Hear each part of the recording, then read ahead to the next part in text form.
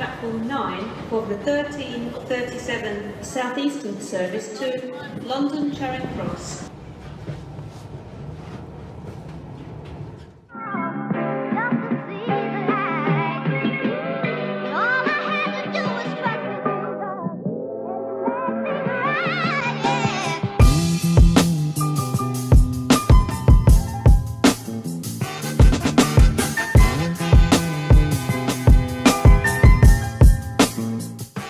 Recently, the hypebeast culture is more popular than ever. It's been changing as a layout, design and style is more different from 2 years ago.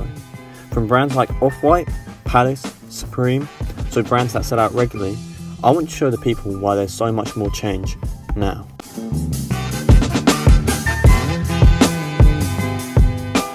What do you think of the changes happening in the streetwear culture as like Supreme and Off-White and stuff like that? I don't really like Supreme that much because as you can see, you can buy it here easily. Yeah. And then like you can see someone in the street wearing Supreme. Yeah. Which maybe it's £0, but maybe it's like £500, so you don't really know. I understand that. Oh, I like Off-White because it's like you can't buy it this way, but I'm not really keen on this kind of branding. Well, it's getting crazier by the minute, you know, like the Supreme X LV brought so many new people in and everybody's going crazy. The market has skyrocketed. Yeah. You know, it's not just streetwear anymore, it's for everybody. You see famous rappers. And, everybody's wearing it, everybody's asking for it. I think the big changes come from people like Instagram influencers like Harry Petru. It's like it's become a lot more about the hype rather than the individual pieces themselves. So like if he wears it, it's going to be selling for like twice as much as if he doesn't, you know what I mean? It's getting very big, so you see it all over the place. I'm from a small town and even the kids there are rocking it now.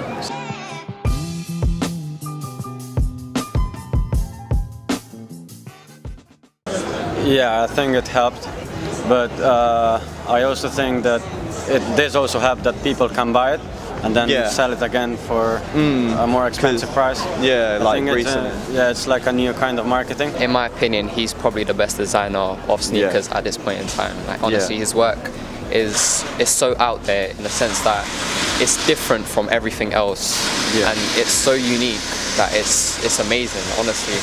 Like especially the Air Jordans, their design is just impeccable. I think so, yeah. I mean, he's doing things a bit differently. Yeah. I mean, the hype around the Off-White Nikes was incredible. It was insane. Like, I've never quite seen anything like it. But would you say that's what he does differently because he does quite out there stuff, considering like other brands, they sometimes can keep it quite low key, whereas he tries to make something different, make something pop out? Yeah, I think people are a lot about the kind of statement pieces now. Like if you see the little Off-White tag on someone's shoes, like, you know, they're going to be worth a fortune. Like. Not really, no. It's just blown off with the sneakers right now. But there are so many other people that have influenced fashion way more than him. He's just a new thing. Yeah, I don't think he's that much. Would you say that's the downside to the culture, that the reselling and like what's damaging the culture, would you say? Yeah, I don't know. Like, how did you get inspired to buy Off-White, Supreme, and? You know what? I've been following Supreme for some time, but I never actually used to buy it or you know, resell or whatever. But eventually, I started buying Jordans. Actually, Right. So is that how you started? I've always been a Jordan fan.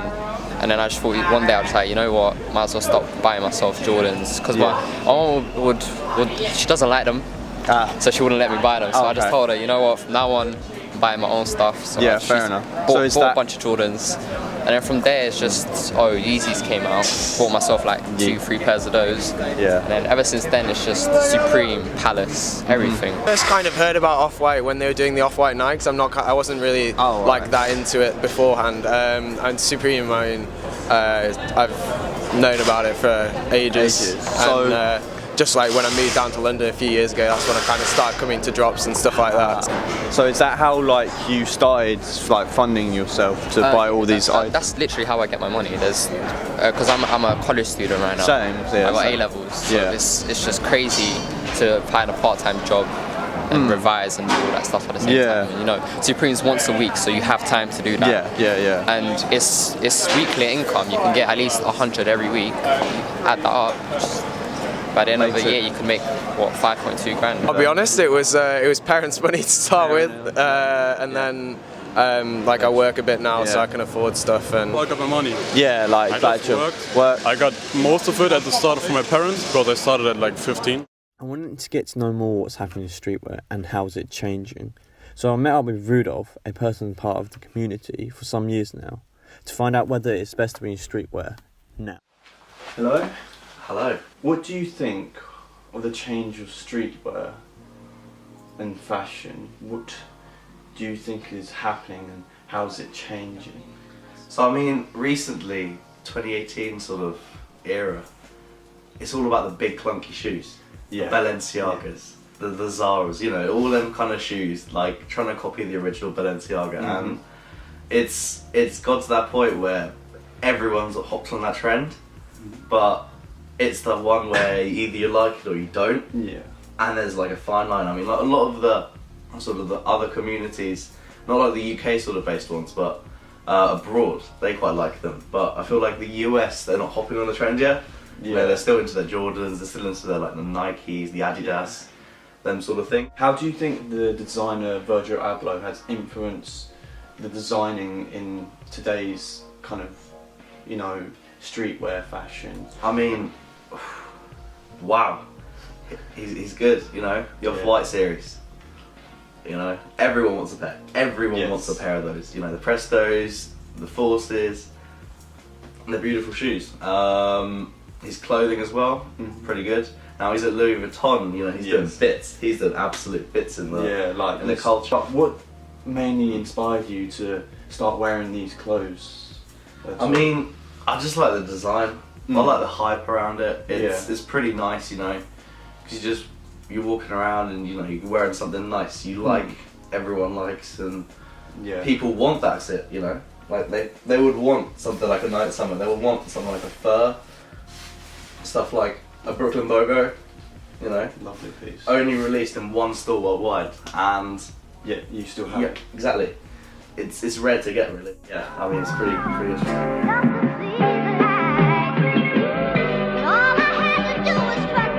How long do you reckon have you been in like the?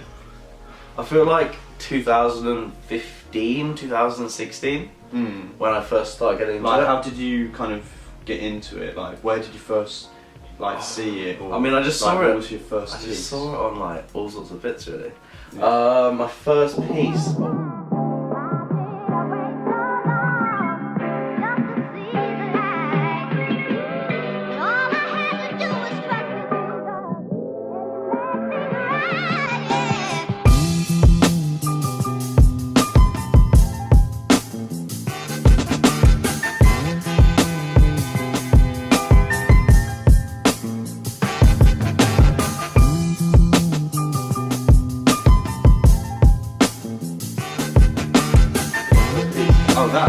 That is my first piece.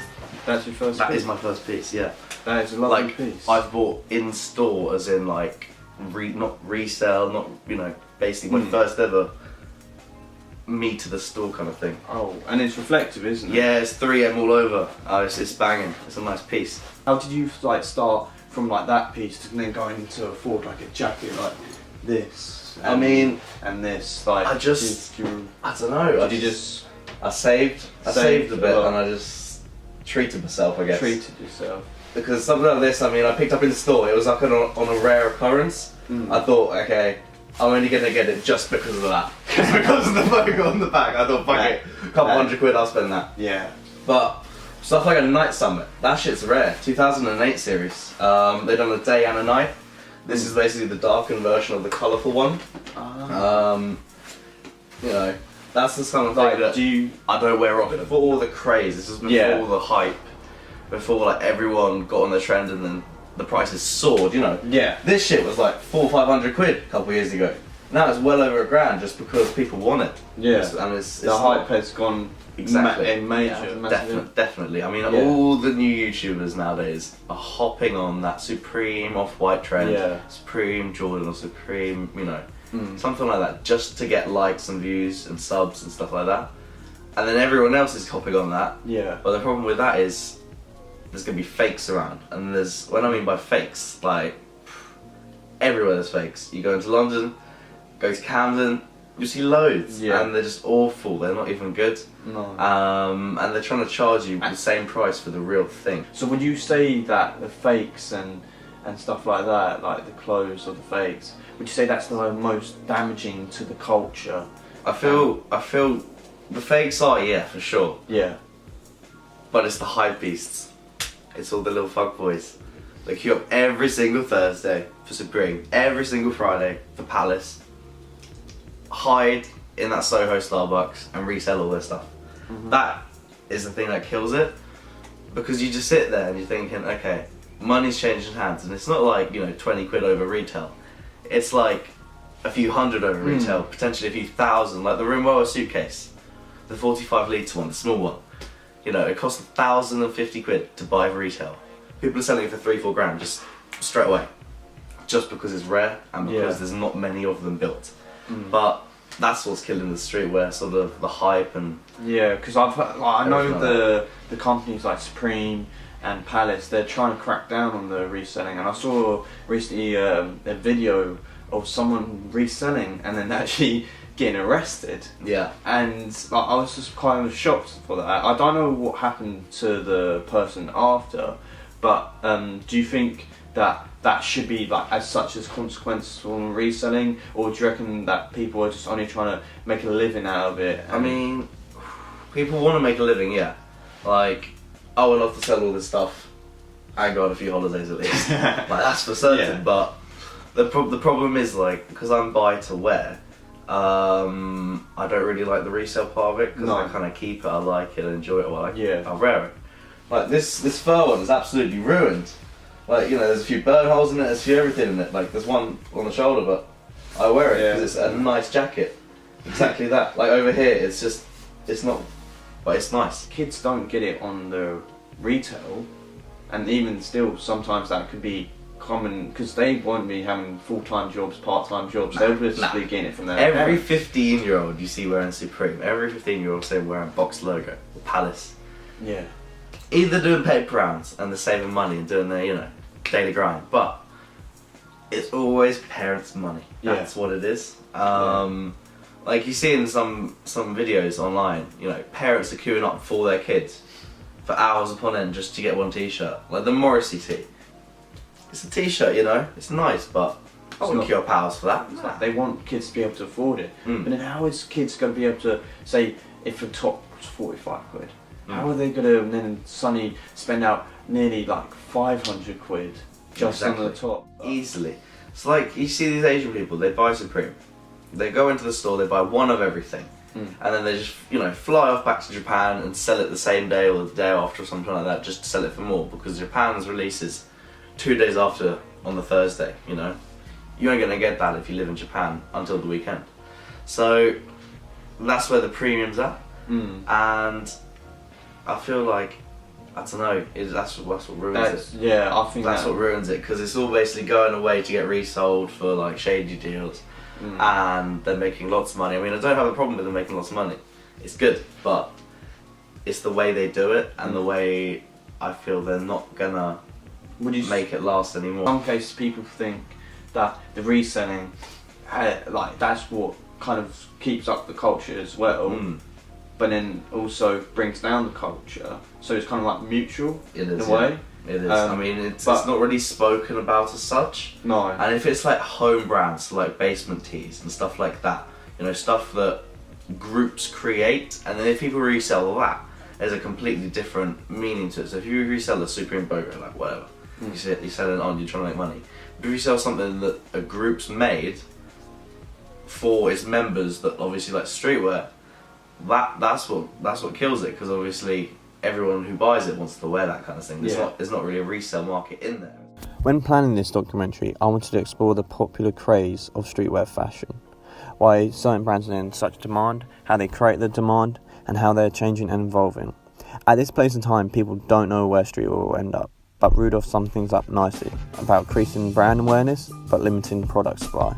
As for where streetwear is heading next, let me know in the comments below.